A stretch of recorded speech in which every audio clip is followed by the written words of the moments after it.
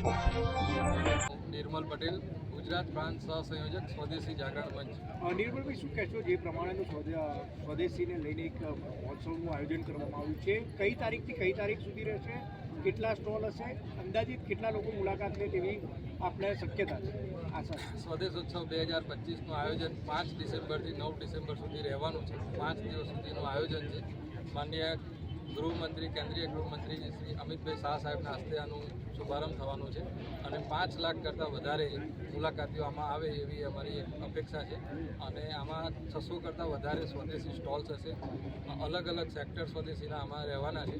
અને આની સાથે કોન્ફરન્સ સેશન ચાલવાના છે. 8 સેશન કોન્ફરન્સના રહેવાના છે.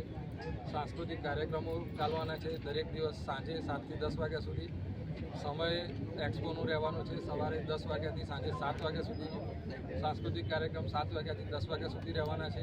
અને આની સાથે એક્સપિરિયન્સ ઝોન એક અમે બનાવ્યું છે, જે સ્વદેશીની આપણી પરિકલ્પના છે. ભાષા, ભૂષા, ભવન, ભોજન, બધી જ વસ્તુ સ્વદેશી એ અમે આમાં શોકેસ કરવાના છીએ. માનનીય આપણા લોકપ્રિય સાંસદ, કેન્દ્રીય ગૃહ અને સહકાર મંત્રી શ્રી અમિતભાઈ શાહજીના વરદ હસ્તે 5 તારીખે જીએમડીસી ગણોટમાં સ્વદેશી મેળાનું ઉદ્ઘાટન કરવાનું આયોજન કરવામાં આવ્યું છે. એની પૂર્વે આજે જે સ્વદેશોત્સવ છે, આનું ભૂમિપૂજન આજે મહંતો, સંતો અને ગુજરાત પ્રાંતના સૌએ સંઘ ચાલકો અને વિશાળ સંખ્યામાં નગરજનોની સાથે આજે ભારતીય સંસ્કૃતિ પરંપરા મુજબ ભૂમિપૂજન કરવામાં આવ્યું.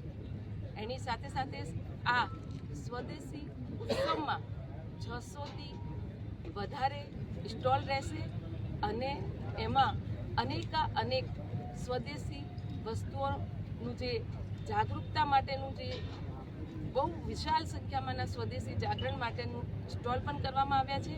અને એમાં વધારેથી વધારે સંખ્યામાં લોકો આ સ્વદેશી મેળાનું જે 5 દાડા 5 તારીખથી 9 તારીખ સુધી ચાલવાનું છે, એમાં વધારેથી વધારે વિશાળ સંખ્યામાં લોકો આ મેળાનું મુલાકાત લે અને આપણી સ્વદેશી વસ્તુઓની ખરીદી કરવા માટેની જાગૃતતા લાવવા માટેનો જે પ્રયાસ સ્વદેશી જાગરણ મંચ દ્વારા સમસ્ત પદાધિકારી દ્વારા અને કૃતજ્ઞતાની સાથે જે કરવામાં આવ્યું છે, એના માટે હું સ્વદેશી જાગરણ મંચને પણ ખૂબ અભિનંદન પાઠવું છું.